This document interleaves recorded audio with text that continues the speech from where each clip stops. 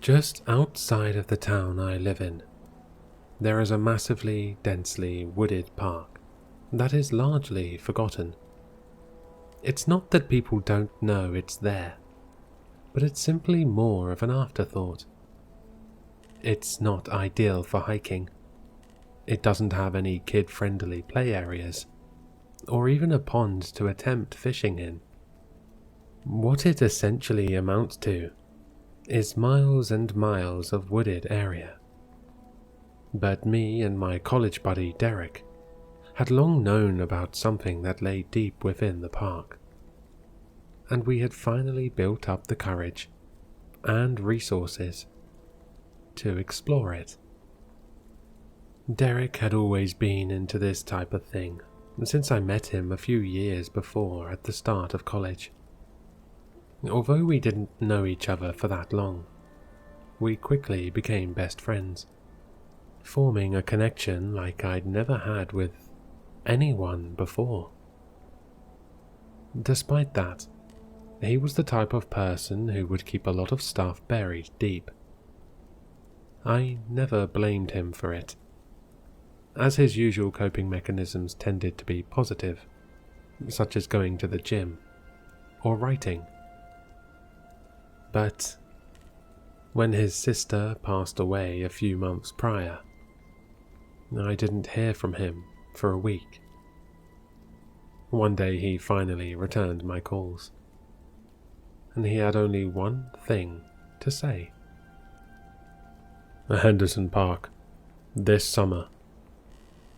We are going to find it. At the beginning of summer break, we began our hike.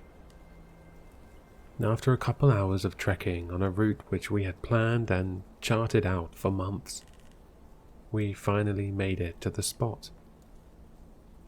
It was a clearing spanning a couple 100 meters in area, and once we made it past the last of the foliage, it didn't take but a second to identify what we had come for. In the middle of this open patch lay a large building, abandoned to time and worn down by nature. But yet it stood, beckoning us to enter. The abandoned structure of Henderson Park had been a legend in this town since I could remember. No one knows how it got there, or what it used to be. It was simply a massive building, miles deep into the wilderness, with no documentation or history. I almost didn't believe it was real, but we had found someone previously who had made a detailed map of the park.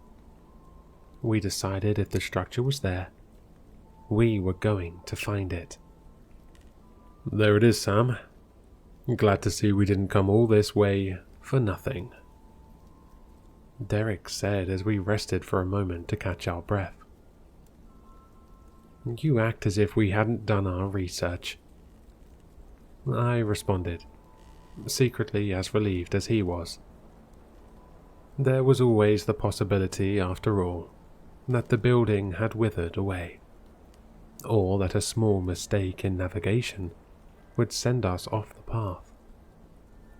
But, luckily, we had found our destination with relative ease. We took the moment to look up at it while we gathered our bearings, and documented it with some pictures. It stood tall with at least 3 floors, and had plenty of surface area. It appeared like it had been an old school or hospital of some sort, based on its layout. Its exterior was a dark grey, tainted by the decay and moss creeping around it. Despite the wear and tear, there was a surprising lack of graffiti or any signs of human tampering. Well, you ready to see what's in there?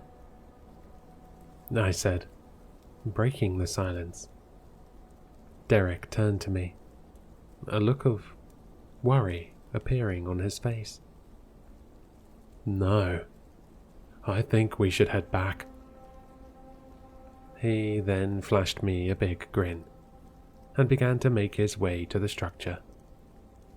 I followed, trying to ignore his stupid joke.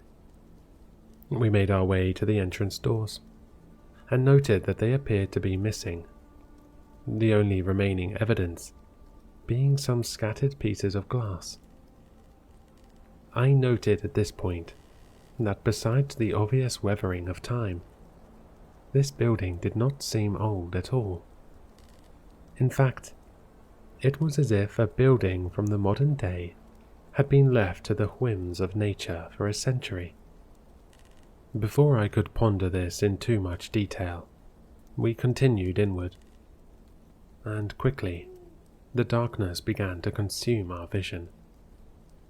Derek turned on his flashlight, illuminating the hallway directly in front of us. It was lined with abandoned lockers and debris, which covered most of the doorways. Most of the paths on this floor appeared to be blocked off, or just seemed a bit unstable due to damaged pillars and missing walls. We explored what little we could safely access, until finally coming upon a set of stairs that could have either taken us up to the second floor, or downwards, towards what I assumed was a basement area. We wanted to start somewhere, and work our way through the building seamlessly. That inevitably left us with a decision. Should we go upstairs, or explore the basement first? Finally, Derek spoke up.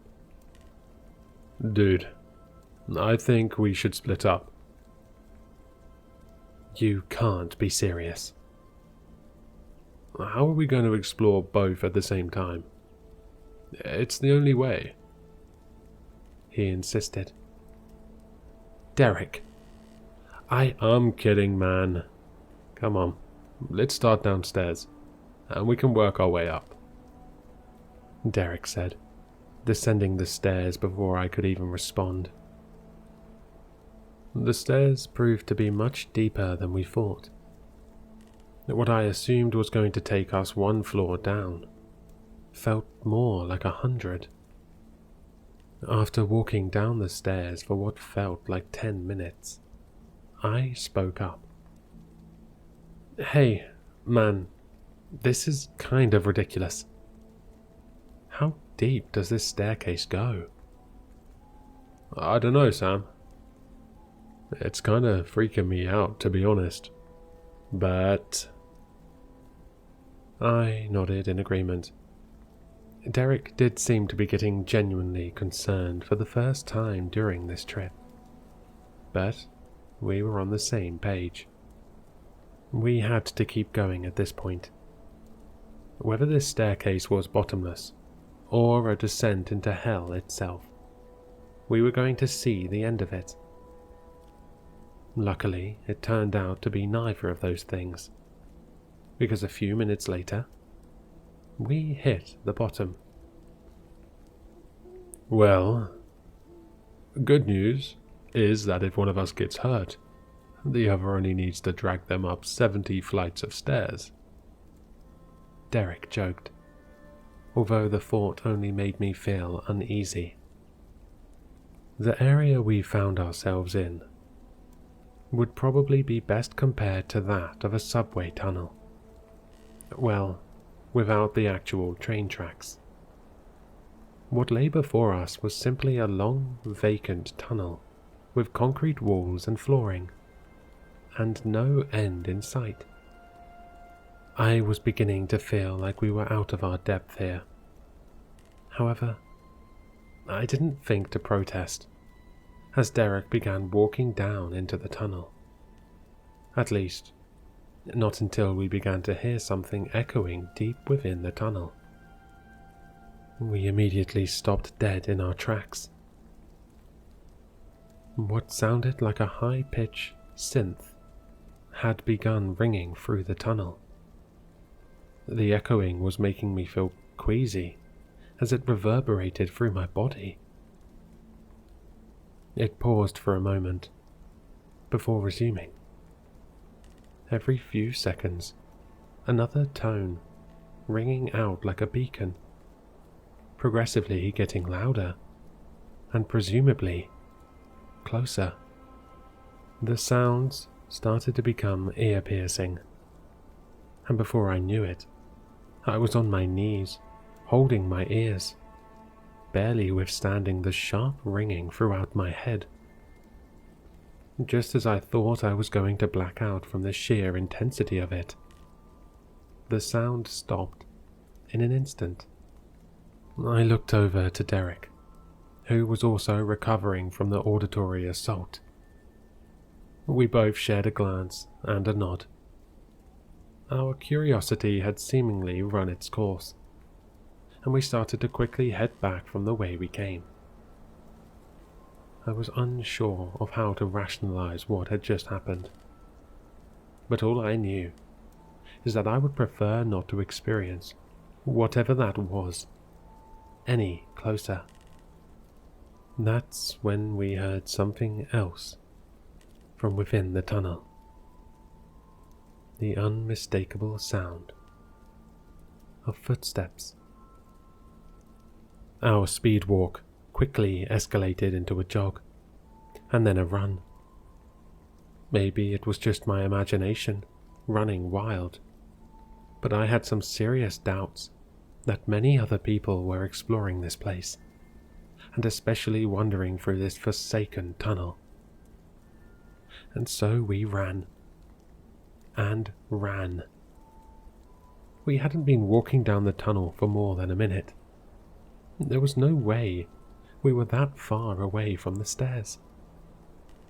Yet again, it felt like we were in an endless loop with no end in sight.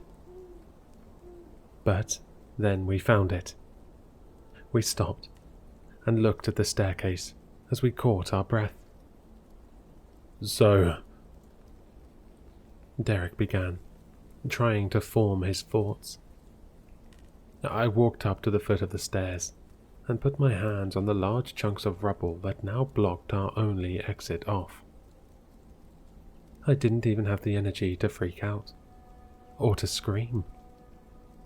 I slumped down, staring at the rubble, as if my gaze alone could alter the grim reality we were faced with. That sound, it had to have caused something to collapse,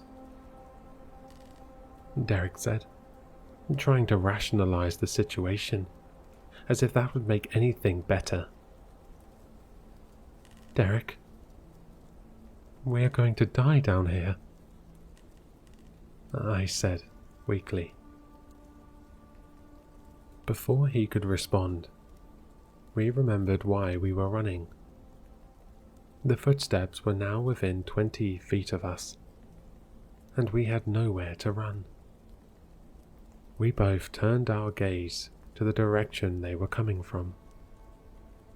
Whatever it was seemed to be hidden in the shadows, and neither of us wanted to see what was approaching. I could just barely make the outline of a shambling figure, moving erratically and twitching violently with each step. We nodded to each other, seemingly on the same page that if we were to die here, we were at least going to put up a fight. But after taking a deep breath, Derek lifted his flashlight and pointed it towards the figure.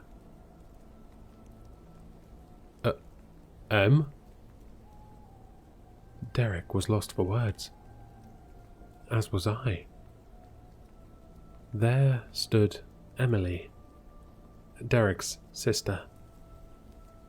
She appeared to be bruised and beaten, covered in scratches, wearing tattered clothing. But Emily had died earlier that year.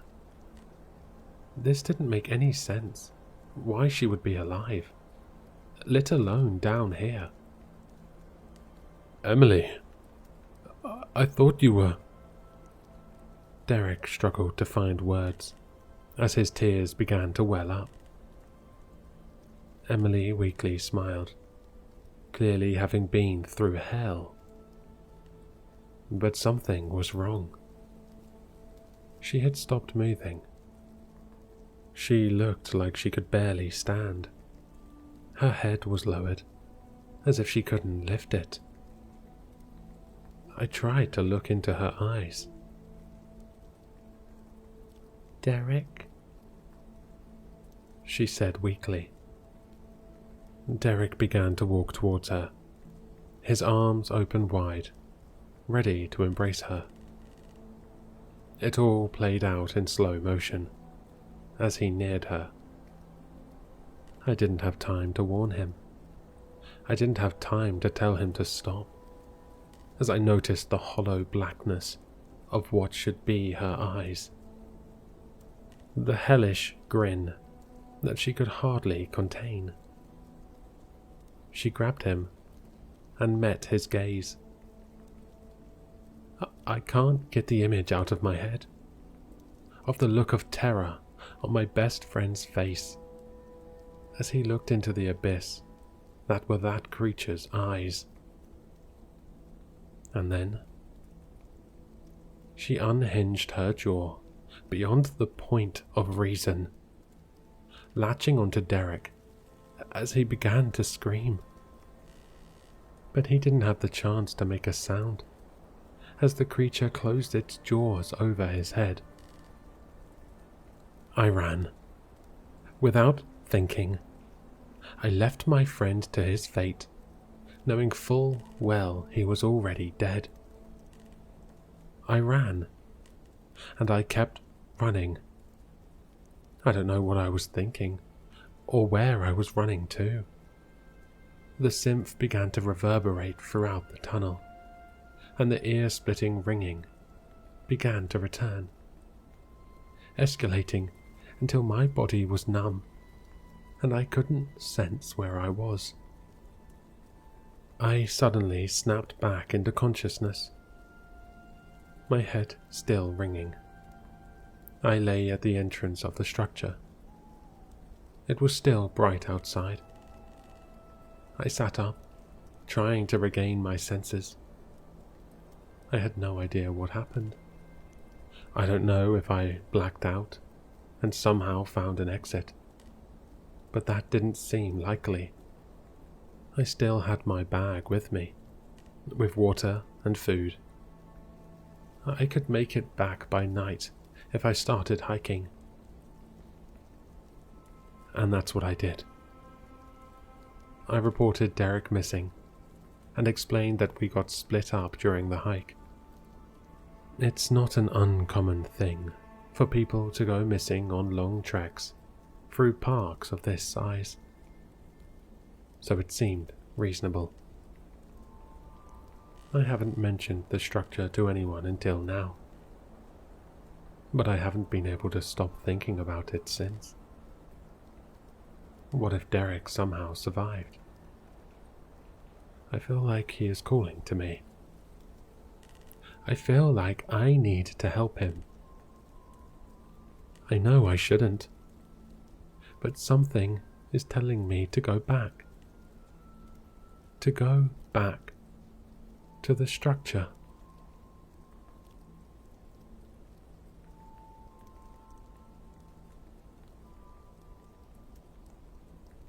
Hello, Sinister listeners. If you've enjoyed this story, then you'll find all the author's information in the description below. For more content, be sure to like, comment, and subscribe to succumb to the sinister.